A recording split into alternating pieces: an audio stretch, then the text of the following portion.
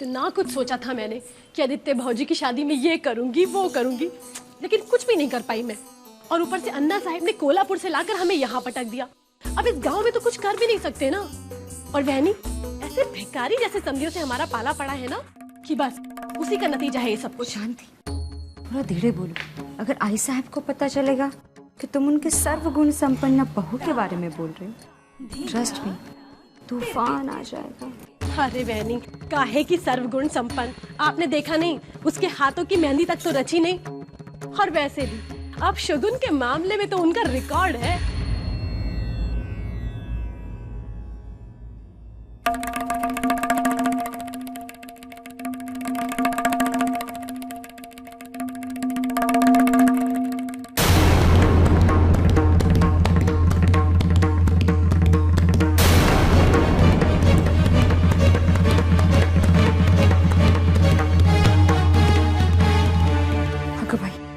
रुद्राक्ष थे कसा? ये क्या देख रही है वैनी? क्या है ये? शांति, ये रुद्राक्ष बाबा महाराज ने आदित्य भाऊजी को दिया था और कहा था जब तक शादी ना हो जाए इसे अपने आप से अलग मत करना, वरना बहुत बड़ा अनर्थ हो जाएगा। ये लो, एक और अपशगुन। पता नहीं आदित्य भाऊजी पर कौन सी आफत आने वाली है। एक तो 2 दिन बाद शादी है, पता नहीं उन्हें कुछ हो गया तो मुझे तो वैसे ही बहुत डरा गई। क्या बड़बड़ा रही है? हाँ? भाई साहब, आदित्य भाऊजी ये रुद्राक्ष यहीं छोड़ के चले गए। क्या?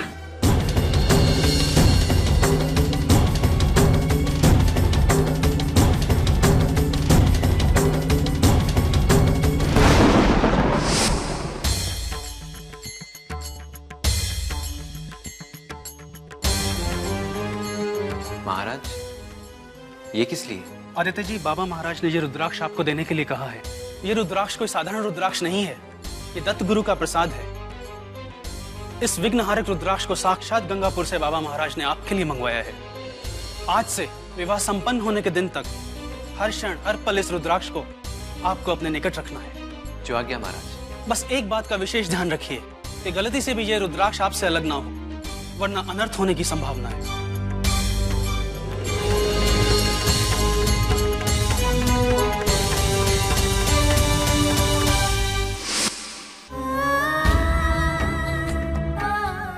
मौसम इतना खराब है, पता नहीं आदित्य कहाँ चला गया। आई महालक्ष्मी, रक्षा कर मेरे बेटे की।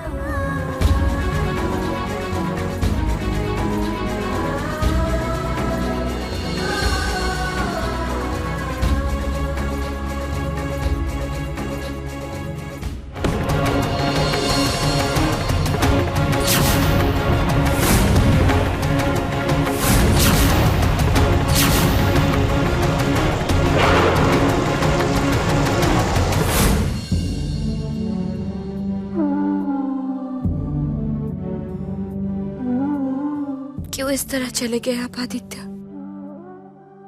जाने से पहले कम से कम एक बार मुझसे पूछा तो होता। मैं कह देती आपको कि आप ही मेरे लिए सबसे बढ़कर है। मेरी जिंदगी आपके आने से जिस तरह महकी है, दुनिया का कोई भी फूल उसे इस तरह नहीं महका सकता। आदित्य, आप तो हमेशा बिना कहे मेरी मन की बात जान लेते हो ना, फिर आज मेरी आवाज आप तक क्यों नहीं पहुंच रही है? मुझे बहुत डर लग रहा है। एक तो ये कहता था वो मौसम, ऊपर से मेहंदी का ये अपशगुन। मैं जब तक आपको एक बार देख नहीं लेती, मेरे मन का डर कम नहीं होगा।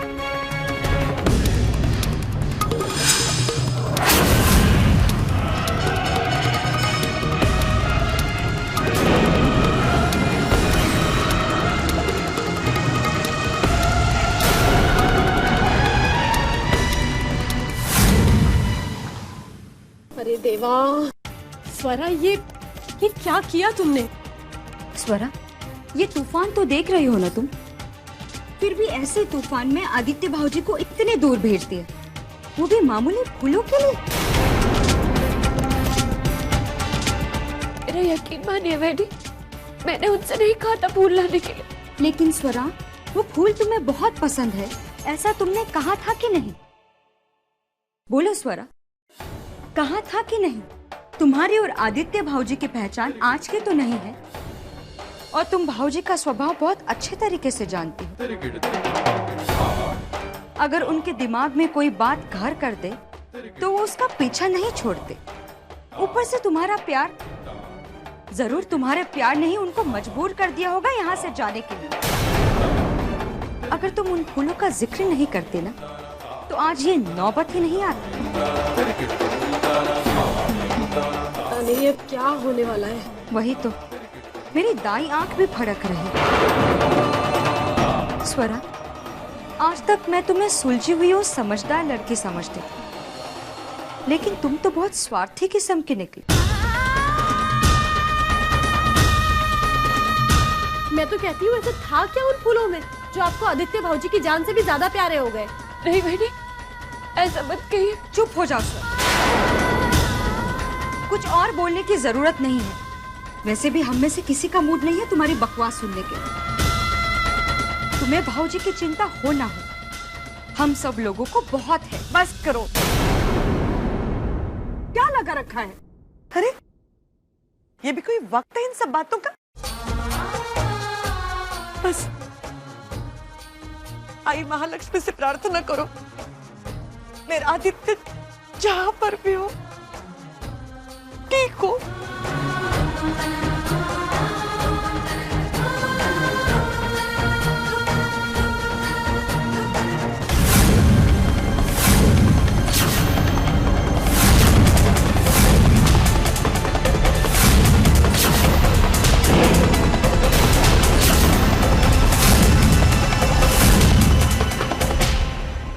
बारिश का कहर तो बढ़ता ही जा रहा है। ऐसा लग रहा है कि ये तूफान सब कुछ खत्म कर देगा। और ऐसे में आदित्य का बाहर होना, पता नहीं आदित्य कहाँ है, किस हाल में है। अच्छा होता अगर मैं उन फूलों की जिक्र ही नहीं करती। हे आई महालक्ष्मी, आदित्य पर अपनी कृपा बनाए रखना, उसकी रक्षा करना है। अरे तो शहर के बाहर ढूंढो, ढूंढो जल्दी।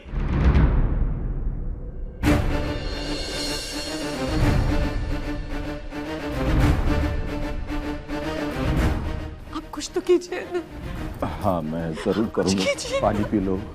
मुझे नहीं चाहिए पानी। आई साहब, पानी पी लो। मेरा आदित्य,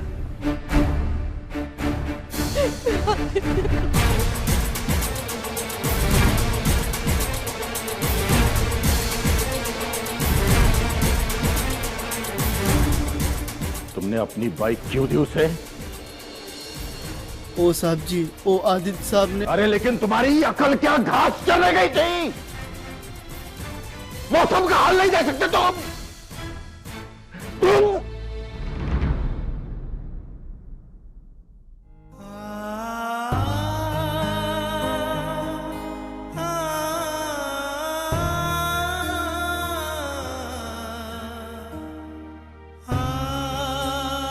ये पागल।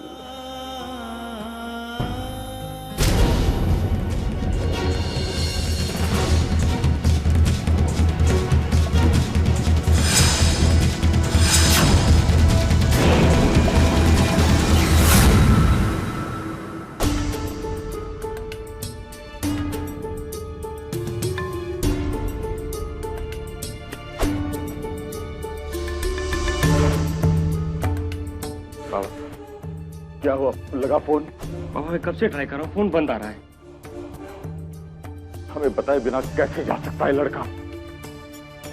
ऊपर से सारा रास्ता खराब, बिगड़ा हुआ माहौल, फोन भी नहीं लगता। अगर हम उसके पास पहुंचना चाहते तब भी नहीं पहुंच पाते। Please please let me know. क्या बात कर रहे आप? अरे कुछ तो रास्ता होगा। अरे कोई ट्राइबल्स होंगे वहां पर। अच्छा पहाड़ी से कोई रास्ता, कोई ट्राइबल्स, कोई कुछ तो। माँ मुझे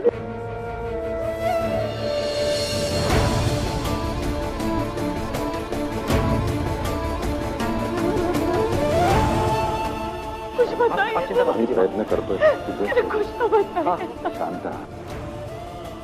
अरे ऐसे जो भी होता है प्लीज जल्दी कीजिए, मुझे कुछ बताइए। I wait for call.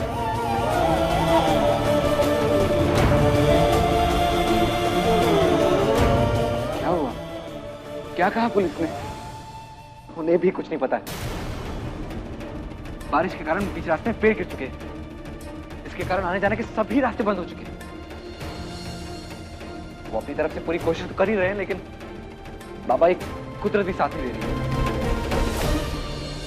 हे आई, आंखों से बड़े सपने देखने की आदत नहीं थी मुझे, पर तूने ही मुझे सपना देखना सिखाया और उन सपनों को हकीकत में भी बदला। मुझे हंसाने की आदत डालकर अब मुझसे मेरी मुस्कुराहट की वजह छीन रही है। आई, मेरा जी बहुत घबरा रहा है। एक तो ये तूफानी बारिश, ऊपर से आदित्य जी सिर्फ मेरे लिए फूल लाने के लिए इतनी दूर गए। आई, पता नहीं ऐसा क्यों लग रहा है, कहीं आदित्य जी के जान को कोई खतरा। आई, तो अपनी शक्ति दिखाकर उन्हें वापस ले आना है, उनकी रक्षा करना है।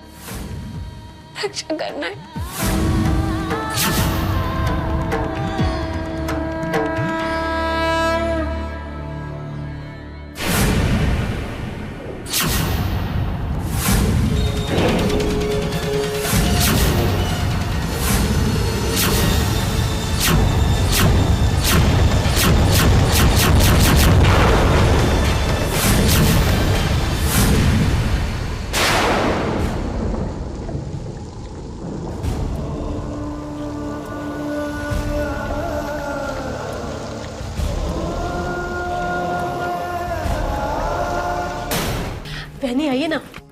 शांति, आइए तो सही। शांति, आप क्यों ले आई हो आइए मुझे? ना। लेकिन बात क्या है? अरे आप बैठिए ना, मैं आपको किसी वजह से यहाँ लेकर आई हूँ। लेकिन क्या शांति, तुम्हें भी तो पता है कि आदित्य भाऊजी के बारे में अब तक कुछ भी पता नहीं चला। नीचे सब लोग परेशान हैं और तुम सबके बीच में से उठा के मुझे यहाँ लेकर आई। अब बताओ क्या काम है? सब बताती हूँ मैं आपको, लेकिन मुझे पहले दरवाजा बंद करने दीजिए। ये सब तुम क्या कर रही हो शांति? अरे रुकिए ना बहनी, एक मिनट। ये लीजिए, खाइए बहनी, आपको भूख लगी है ना? शांति, तुम पागल तो नहीं हो गई हो ना? घर का माहौल इतना खराब है और इस माहौल में तुम्हें खाने की पड़ी है। बहनी, तो इसमें बुराई क्या है? और वैसे भी हमें नहीं पता ना आदित्य भौजी कब तक आएंगे वापस। शांति, बहनी, मेरे कहने का मतलब ये था कि अब कल जो स्थिति हमारे सामने आने वाली है, अब हमें उसका सामना करने के लिए ताकत तो होनी चाहिए ना। अब ये बात मैं घर में सबको तो समझा नहीं सकती, क्योंकि यहाँ कोई मेरी बात सुनता ही नहीं है। लेकिन आप तो मेरी अपनी है ना, तो मैंने सोचा कि आप मेरी बात कभी नहीं टालेंगी। नहीं नहीं शांति, मैं ऐसा नहीं कर सकती। बहनी, अब आदित्य भाऊजी के साथ जो कुछ भी हो रहा है, आप उसकी जिम्मेदार थोड़ी है। उसके लिए तो वो स्वरा जिम्मेदार है। तो फिर आप अपने आप को सजा क्यों दे रही हैं? आप तो खाइए ना, आपको भूख नहीं लगी है क्या? बहनी, आप शुरू कीजिए। अरे यहाँ कोई नहीं देखेगा आपको, आप बिल्कुल बेफिक्र होके खाइए। रागिनी, आयुष, कैसी औरत हो तुम? दादा की जान खतरे में है और तुमको खाने की सूझ रही? आयुष मेरी बात। चुप! इस हरकत से आज तुम मेरी नजरों में बिल्कुल गिर चुकी हो। मैं जानता हूं कि तुम मुझसे दूर हो चुकी हो, तुम घर वालों से भी दूर हो चुकी हो, पर मैं ये नहीं जानता कि तुम इतना गिर चुकी हो। तुम हमेशा कहती हो कि तुम इस घर का बड़ा ख्याल रखती हो, इसके बारे में बहुत सोचती हो, तुम्हें इस बड़ी बहू का सम्मान देना चाहिए। तो फिर आज अपने आप को देखो और बताओ कि हम क्यों तुम्हें यह सम्मान दें। सिर्फ खुद के बारे में सोचने वालों को यह सम्मान नहीं मिलता है रागिनी। नीचे सास आंसू बहा रही है और ऊपर बहू चटकारे लगाकर खाना खा रही है। आयुष, अब कुछ कहने सुनने को नहीं रहा और तुम चिंता मत करना, मैं इस बारे में बाहर किसी को कुछ नहीं बोलूंगा। हम दादा को ढूंढने जा रहे हैं, तो मैंने सोचा कि तुमको भी ले जाए, पर तुम अपने खाने में इतना व्यस्त हो कि आयुष, ऐका तरी, मेरी बात तो सुनिए।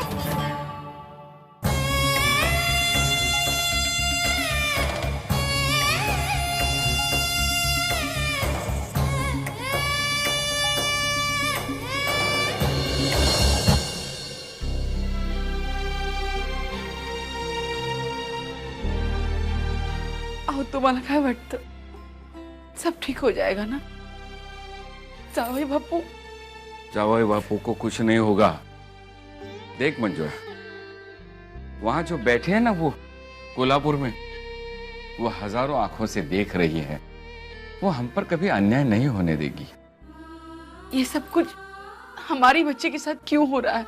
अब तक तो सब ठीक हो रहा था ना, फिर अचानक लगता है हमारी नजर लगी हमारी बच्ची की खुशी को। नहीं मंजूला, बच्चों की खुशी को माँ बाप की नजर कभी नहीं लगती। ये किस्मत का फेरा है, हर एक की जिंदगी में आता है। आई महालक्ष्मी पर विश्वास रखकर इस फेरे को हमें पार करना है। देख मंजूला, तू अच्छा सोच, अच्छा ही होगा। ऐसे वक्त अच्छे विचार कहाँ से आएंगे मन में? फिर भी हमें अच्छा ही सोचना होगा। आदित्य जी को कुछ नहीं होगा। हाँ, वो बारिश हो रही है, कहीं पानी भरा होगा, रुके होंगे। मुझे लगता है तूफान थमने के बाद वो जरूर आ जाएंगे। अरे भोसले जी, कुछ पता चला? नहीं, आदित्य राजे का अभी तक कुछ पता नहीं चला है और इसीलिए अन्ना साहब और वहीनी साहब कुरुंदवाड़ गए। हाँ? वह हमें भी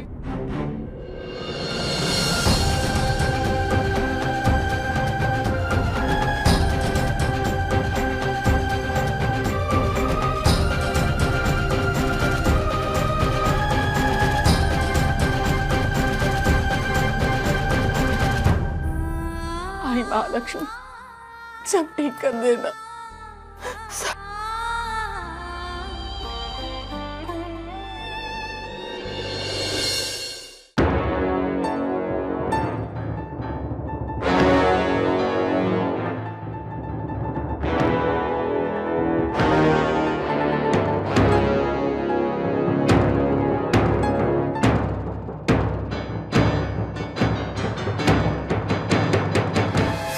आप यहाँ? क्या हुआ यहाँ? और आप लोग इस तरह? वो सर एक्चुअली आगे रास्ता बंद है सर। रास्ता बंद है? बारिश या तूफान की वजह से कई बड़े चट्टान और पत्थर रास्ते में गिर गए, इसीलिए रास्ता बंद हो गया सर। लेकिन सर आप सब लोग यहाँ इतनी रात गए? हमारा बड़ा बेटा आदित्य इसी रास्ते से गया है। पिछले कई घंटों से उससे संपर्क नहीं हो पा रहे, इसलिए हम खुद बाहर निकल पड़े उसे ढूंढने। वैसे तो हमने लोकल पुलिस स्टेशन में इन्फॉर्म तो किया है, लेकिन वो क्या है सर, पिछले कई घंटों से हम लोग यहीं पर हैं सर, इसलिए आपकी कंप्लेंट का कुछ पता नहीं लग सका। अच्छा, इतना बताइए कि ये रास्ता खुलने में कितना समय लगेगा? सर काम तो चल ही रहा है, लेकिन कुछ कहा नहीं जा सकता। नहीं नहीं, हमें हर हाल में आगे जाना ही होगा। अब कुछ कहिए ना। लेकिन मैडम इस वक्त आगे जाना खतरे से खाली नहीं। तूफान ने कई पेड़ों की जड़ को हिला दिया, कभी भी कुछ भी हो सकता है। अब यहीं की बात ले लीजिए, यहाँ पहले एक एक्सीडेंट हो चुका है। एक्सीडेंट? किसका एक्सीडेंट हुआ? हम देखना चाहते हैं। हाँ, देख तो सकते हैं, लेकिन इसमें कोई घबराने की बात नहीं है। लेकिन आदित्य राजे तो अपनी गाड़ी से गए होंगे ना सर, और एक्सीडेंट तो टेम्पो और मोटरसाइकिल के बीच हुआ है।